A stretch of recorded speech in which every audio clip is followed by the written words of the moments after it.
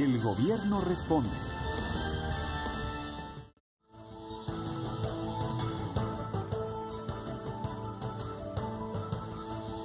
Hola, muy buenas tardes, bienvenidos al Gobierno Responde. Hoy conectados a través del Facebook Live de la Presidencia de la República y de Urna de Cristal para contestar en vivo y en directo todas sus inquietudes, preguntas y dudas. Y justamente hoy hablaremos de un tema muy importante que ha cambiado la forma de comprar con el Estado, que, escuchen muy bien, evite la corrupción y también ahorra costos. Se trata de Colombia Compra Eficiente y los invitamos a todos ustedes a que participen con sus preguntas a través de nuestras redes sociales, en Facebook, en Twitter y en Instagram, en donde nos encuentran como Urna de Cristal. Y a esta hora de la tarde, una fría tarde bogotana, nos acompaña María Margarita Zuleta.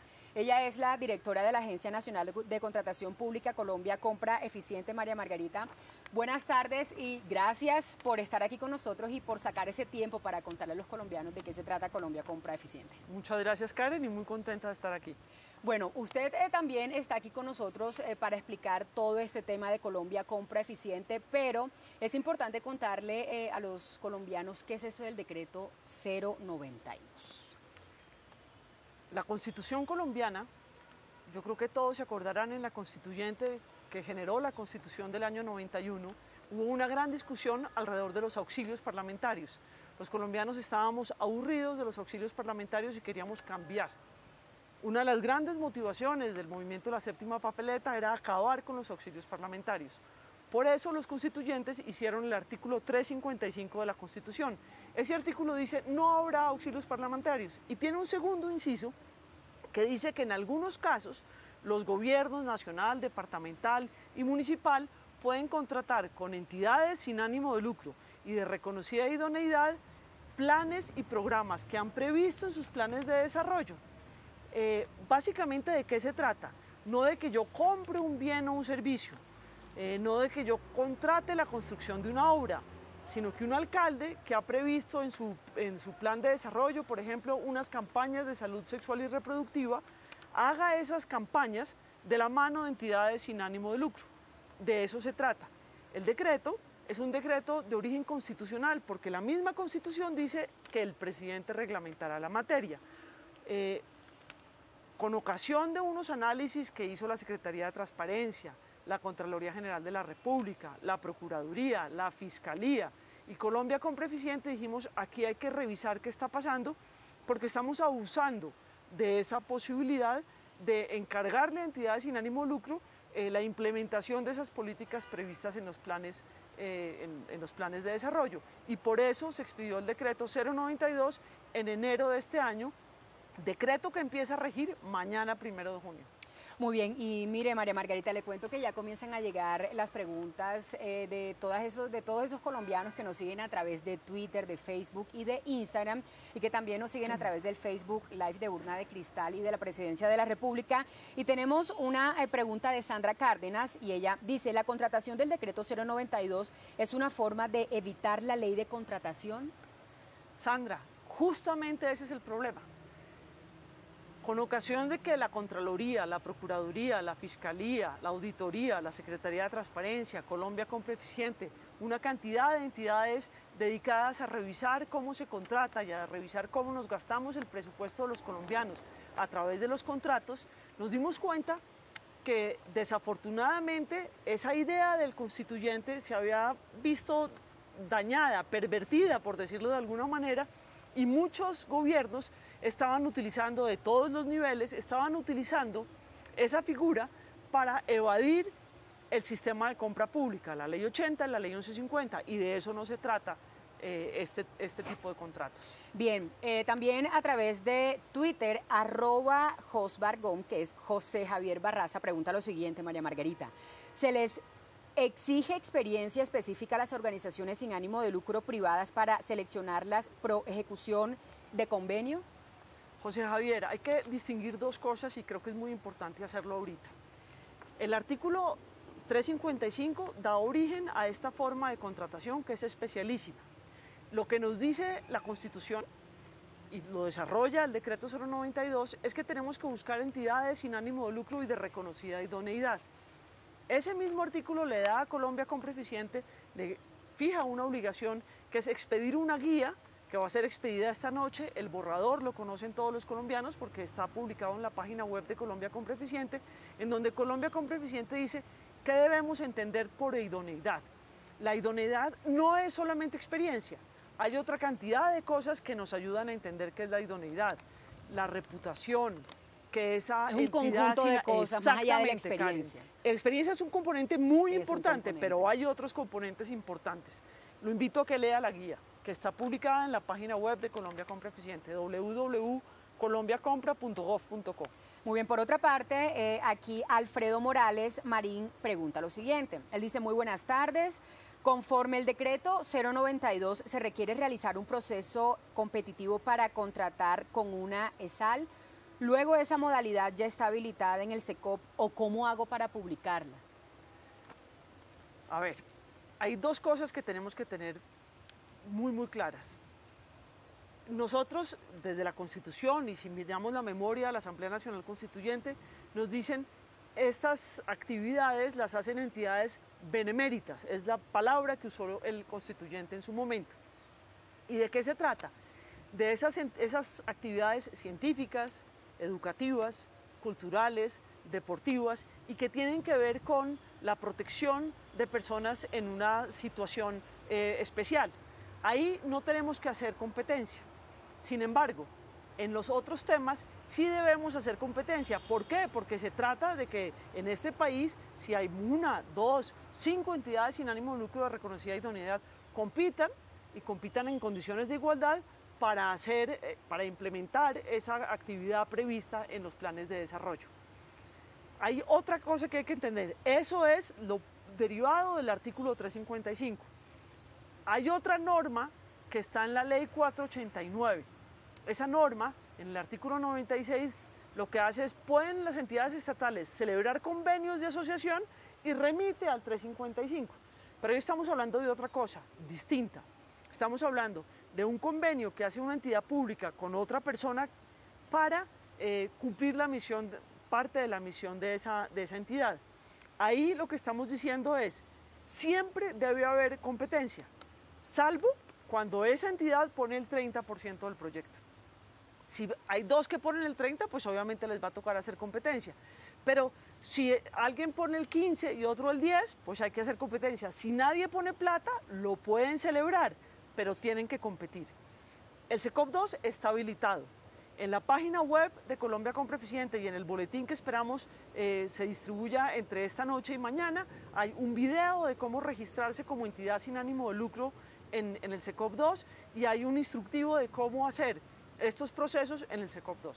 Muy bien, 3 de la tarde, 14 minutos, María Margarita, y mire, le cuento que tenemos más preguntas por parte de todos esos colombianos que nos siguen a través de nuestras redes sociales, en Facebook, en Twitter y en Instagram, en donde nos encuentran como Urna de Cristal. Y Liliana Lopera Malo pregunta lo siguiente, o mejor dicho, dice lo siguiente: ¿podría darnos un ejemplo del proceso de contratación para las ESAL cuando hay más de un oferente en el mercado?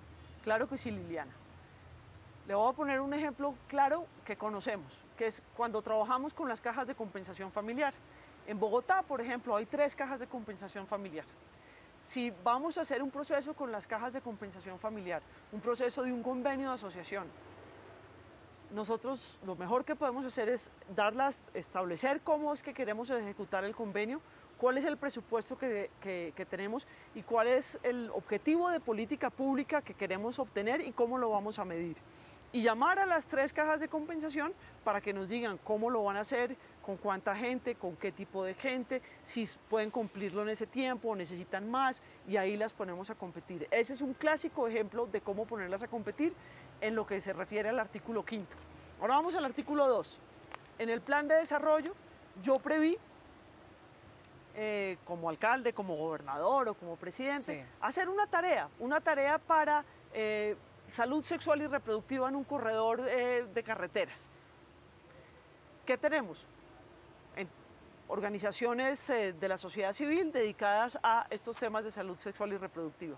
Y puede que en esa zona particular del país no haya una, haya 5. Pues podemos hacer lo mismo, que es decir, lo que yo necesito revisar es a cuántas personas voy a intervenir, cuáles son los mecanismos, cuál es el conocimiento y con eso nos ponemos a competir. Aquí lo que buscamos es tener el Estado competitivo que prometió la Constitución del año 91 y tenemos que hacerlo realidad. Muy bien, y continuamos con estas inquietudes, preguntas y dudas de los colombianos que nos siguen también a través del Facebook Live de la Presidencia de la República y de Urna de Cristal. Y tenemos una pregunta a esta hora de la tarde de Juan Carlos Montoya María Margarita, y él pregunta: ¿por qué el decreto 092 no incluyó actividades agropecuarias? Juan Carlos, porque eso no dijo el constituyente del año 91. El constituyente del año 91, y lo pueden mirar en la guía, tenemos la cita del COFRA del doctor Palacios Rudas, en donde dice, y hay otra cita del constituyente Carlos Lleras de la Fuente, en donde dice exactamente de qué se trata. Esa fue una decisión del constituyente, que no la podemos cambiar en un decreto y naturalmente tampoco la podemos cambiar en una guía. Se trata de esas actividades que están ahí expresadas y que la pueden consultar en la guía. Bien, María Margarita, mire, le cuento que ya hay un hashtag y dice numeral Paca responde. ¿Qué le parece? Muy divertido y afortunadamente Qué bueno, tenemos muchos seguidores logrado a esta hacer hora. esa tarea. Muy bien, mire, Wilber Antonio, precisamente con ese hashtag Paca responde, dice: ¿en qué casos se podrá contratar con entidades sin ánimo de lucro? Wilber, en muchos casos, en muchos casos. Insisto, el decreto 092 lo que hace es regular el artículo 355 y dice en qué casos yo puedo contratar con entidades sin ánimo de lucro la implementación de un plan o programa, que hay que tener muy en claro. Yo le decía a Karen al comenzar esto, que no estamos hablando de comprar un bien o un servicio, no estamos hablando de contratar la ejecución de una obra pública, estamos hablando de que establecemos cómo se va a implementar una política pública, le entregamos los recursos a esa entidad sin ánimo de lucro para que ella lo implemente. Pero no es que nos estén dando algo a cambio, no hay lo que llamamos los abogados una relación conmutativa. Se trata de entregar una plata para que se cumpla un objetivo de política y lo que hacemos es revisar metas y revisar el cumplimiento de esa política. Muy bien, ahora tenemos una pregunta, María Margarita, de Víctor Manuel Berbesi, y él pregunta lo siguiente. Él primero dice, eso es como bueno, ¿no? Está interesado en este tema, y él dice, cuando en la contratación no cumplen con lo especificado en el contrato, ¿con quién se queja uno o a dónde acudir? Víctor Manuel, insisto que estamos hablando de unos contratos especiales, no estamos hablando de la relación conmutativa en donde yo compro una chaqueta. Entonces la chaqueta me debe quedar bien, me debe durar, no se le deben caer los botones.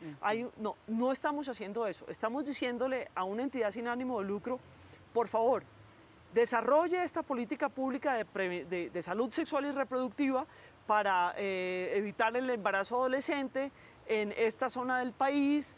Y lo que yo necesito es medir qué impacto tiene, cómo está midiendo el seguimiento, ese tipo de tareas. Entonces no hay una compraventa.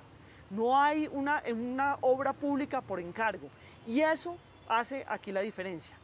Es muy importante entender que el seguimiento es distinto al seguimiento que le hacemos a cualquier contrato. En una obra pública decimos, vamos a dar un anticipo y lo que hacemos después es mirar si ese anticipo realmente se ejecutó en comprar concreto y materiales y hacer movilización de maquinaria. Aquí lo que estamos haciendo es mirar cómo va la ejecución y cuáles son los hitos de ese programa y si están cumpliendo esos programas y si la política pública está teniendo efecto o no está teniendo efecto. ¿Qué hace la diferencia? Bien, continuamos con Julián Sáenz, quien nos envía la siguiente pregunta. ¿Es obligatorio que la CESAL aporten recursos en efectivo o solo es suficiente con recursos en especie, las cuales son difíciles de valorar? Dice él. Julián, completamente de acuerdo, es muy difícil, porque en especie yo puedo decir que estoy dando mi tiempo, y mi tiempo hoy puede costar una hora una cosa y mañana otra, y la organización de la oficina puede costar una plata. Por eso, lo que estamos diciendo, e insisto, no es para la del 355, el artículo 2 del decreto, sino es para los convenios de asociación del artículo 5 del decreto.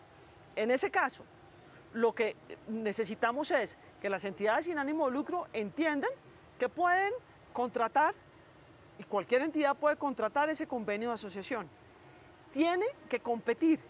La única excepción es si puede dar el 30% del valor del convenio en efectivo, en plata en efectivo. De lo contrario, tiene que competir. Con seguridad va a haber más personas, más entidades que pueden cumplir con el propósito de ese convenio de asociación, y lo que estamos buscando es que compitan.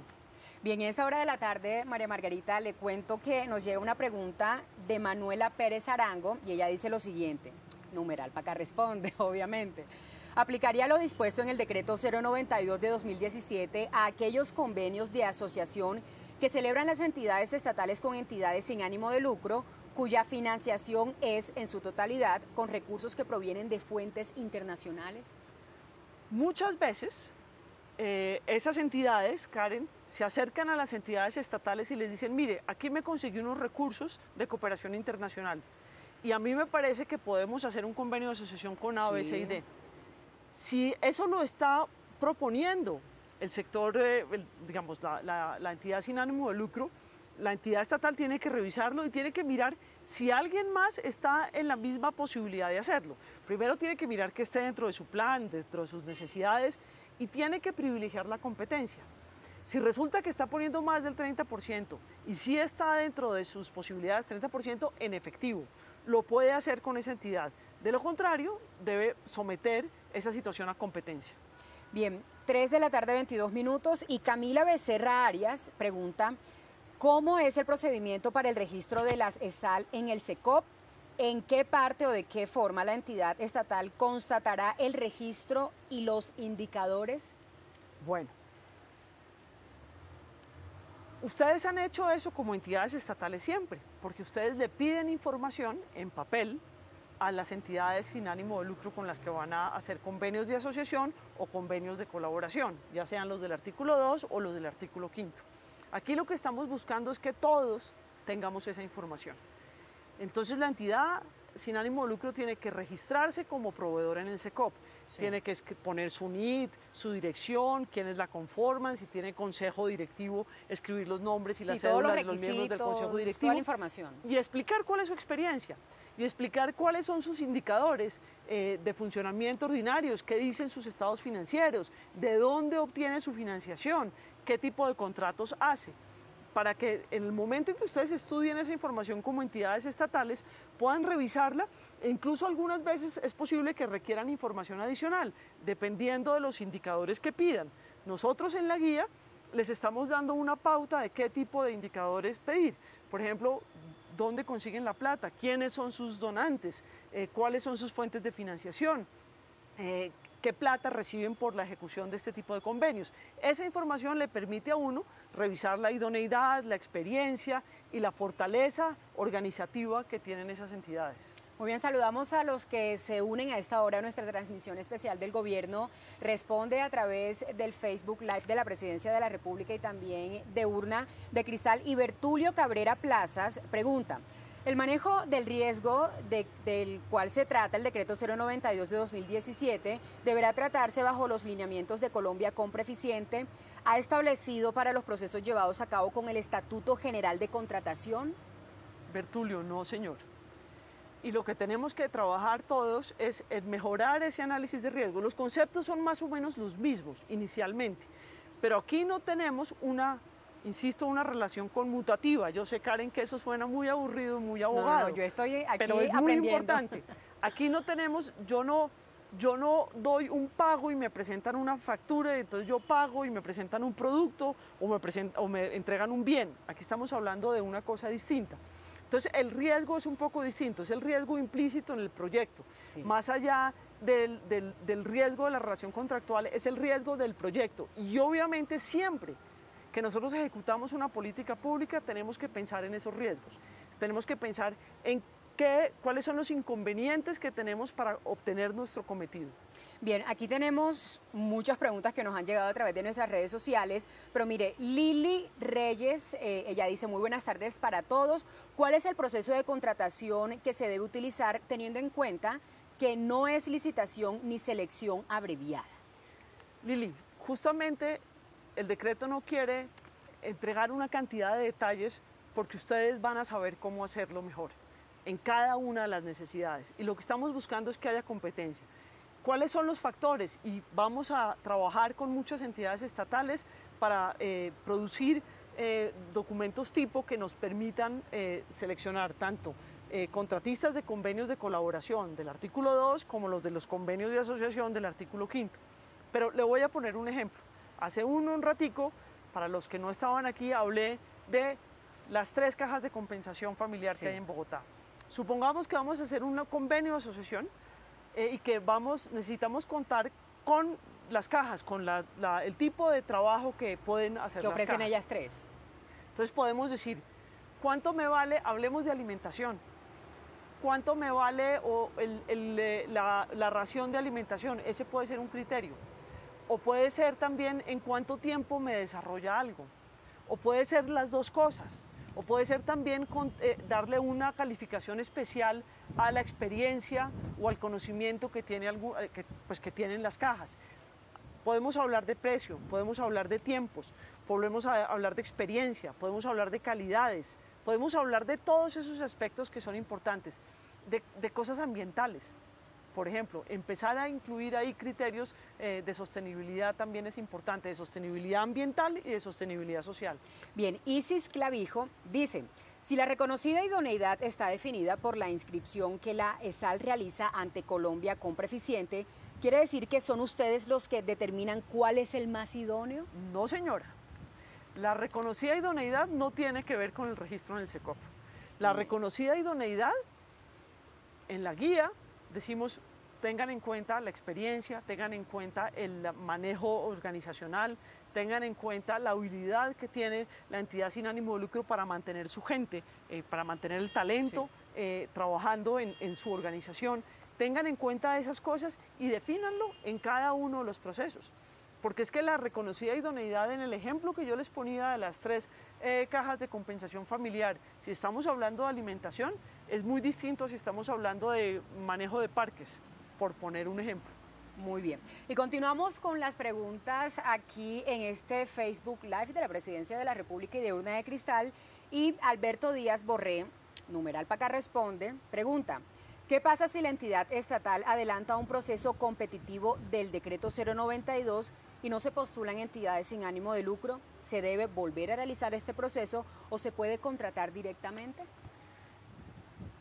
Justamente de lo que se trata este tipo de mecanismos es de dejar la posibilidad de la competencia. Yo le hago una pregunta. Si no se presentó nadie, ¿por qué usted va a saber quién es el idóneo para contratar directamente? Insisto, si nosotros hacemos un proceso y lo diseñamos bien, se va a presentar a alguien. ¿O por qué después vamos a escoger a alguien exactamente con las mismas condiciones? ¿Por qué esa persona no se presentó? ¿Será que no hicimos suficiente difusión? ¿Será que cambiamos las condiciones? Porque si cumple los requisitos se hubiera presentado. Si cambiamos las condiciones, Karen, quiere decir que no estamos haciendo exactamente lo mismo y estamos tratando de privilegiar siempre la competencia.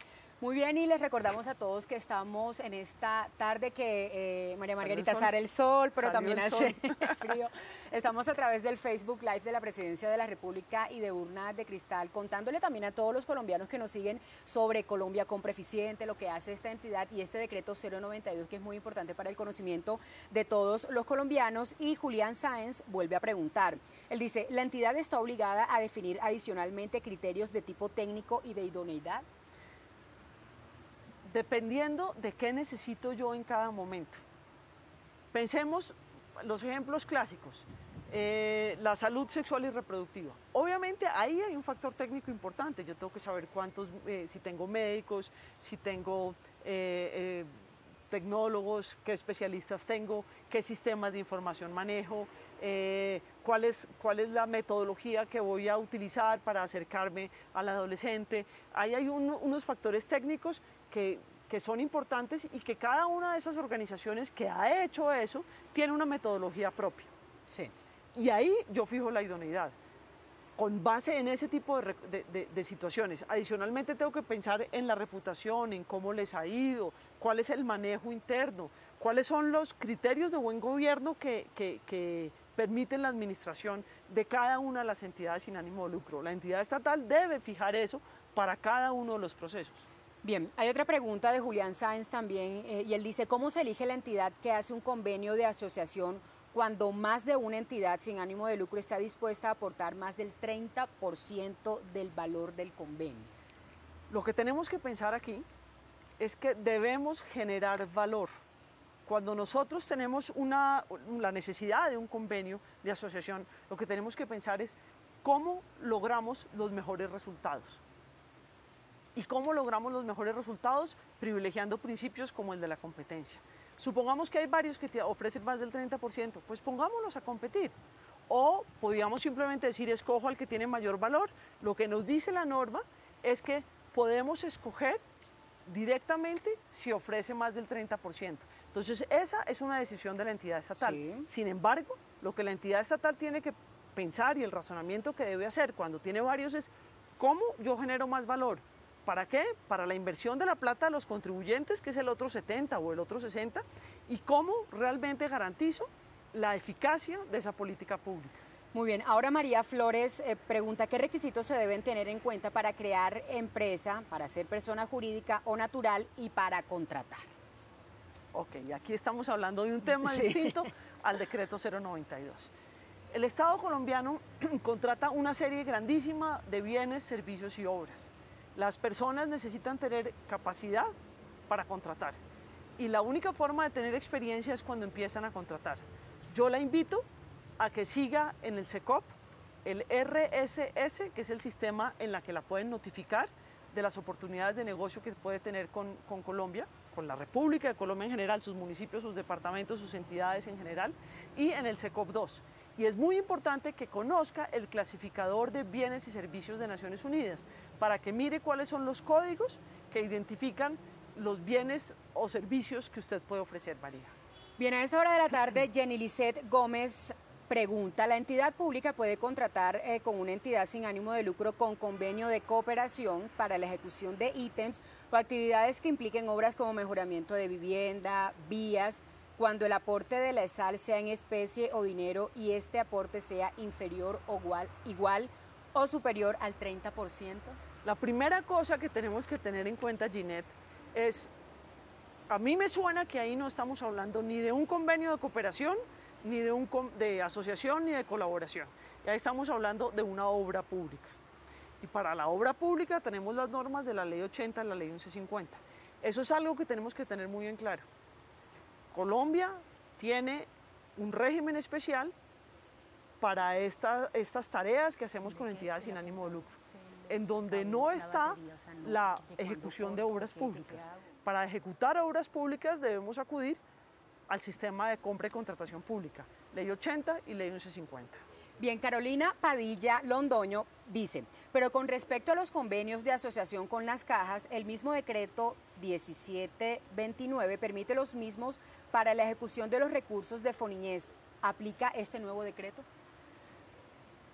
Los convenios de asociación están establecidos en la Ley 489, en el artículo 96.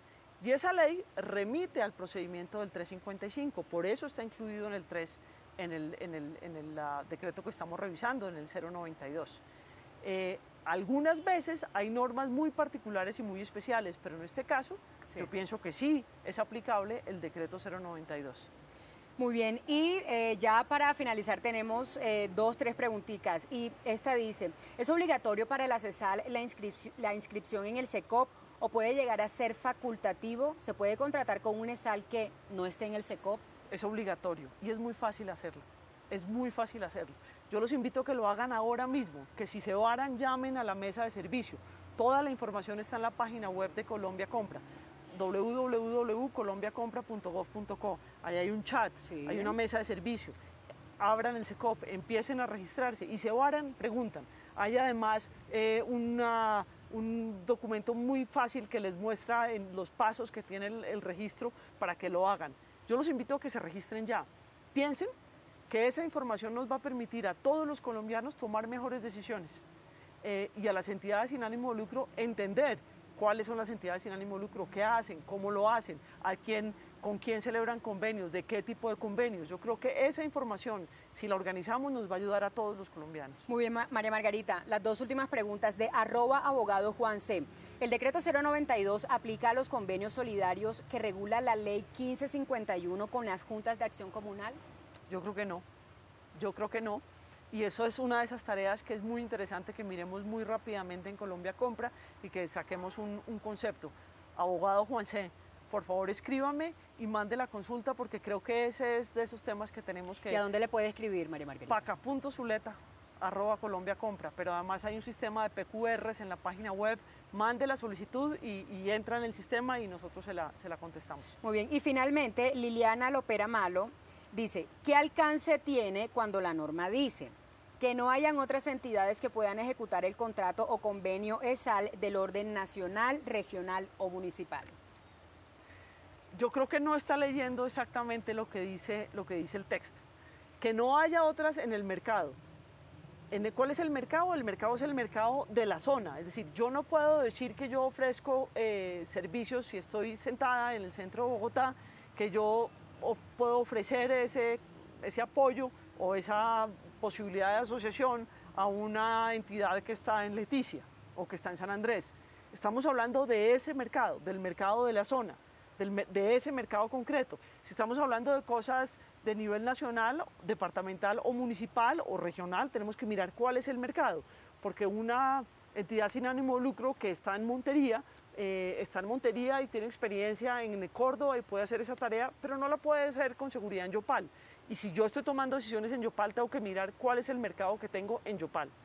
Muy bien, María Margarita, le cuento que ya el tiempo se pasó corriendo. Le agradezco a usted también acompañarnos en este Facebook Live a través de la Presidencia de la República y de Urna de Cristal para contarle un poco a los colombianos de manera sencilla de qué se trata todo este tema del decreto 092. Finalmente, ¿cuál es su mensaje para todos los colombianos?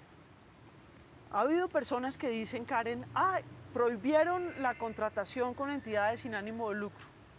No. Para nada. Lo que estamos tratando de hacer es organizar la contratación con entidades sin ánimo de lucro, recordar cuándo procede y cuándo no procede. Que entonces, como yo no voy a poder dar el 30%, quedé por fuera, ¿me cerraron? No, lo que le estamos diciendo es, compita. Si resulta que usted no puede dar el 30% del convenio de asociación, lo lógico es que usted compita con los demás para ver cuál es el que se gana la posibilidad de ejecutar ese convenio de asociación. Los cambios siempre nos cuestan trabajo, pero yo estoy segura que este cambio nos va a ayudar a todos, nos va a ayudar a tener más información, nos va a ayudar a que no, lo que decía la primera persona que preguntó, que no le hagamos ahí una trampita al sistema de contratación vía este tipo de figuras. Nos va a ayudar a todos y lo que tenemos que hacer es acostumbrarnos al cambio y quitarnos el miedo, registrarnos en el SECOP y empezar a hacerlo rápidamente. Muy bien, María Margarita, muchísimas gracias por acompañarnos, que tenga una feliz tarde y también feliz tarde para todas esas colombianos que nos acompañaron a través del Facebook Live de la Presidencia de la República y de Urna de Cristal. Y le cuento que muchísimas preguntas se nos quedaron ahí quietecitas para responder, pero los invitamos a todos ustedes a que continúen y envíen todas sus preguntas sobre Colombia Compra Eficiente y el decreto 092 de 2017 a nuestras redes sociales, en Twitter, en Facebook y en Instagram, en donde nos encuentran como Urna de Cristal. Feliz tarde para todos y nos vemos la próxima. Chao. Muchas gracias.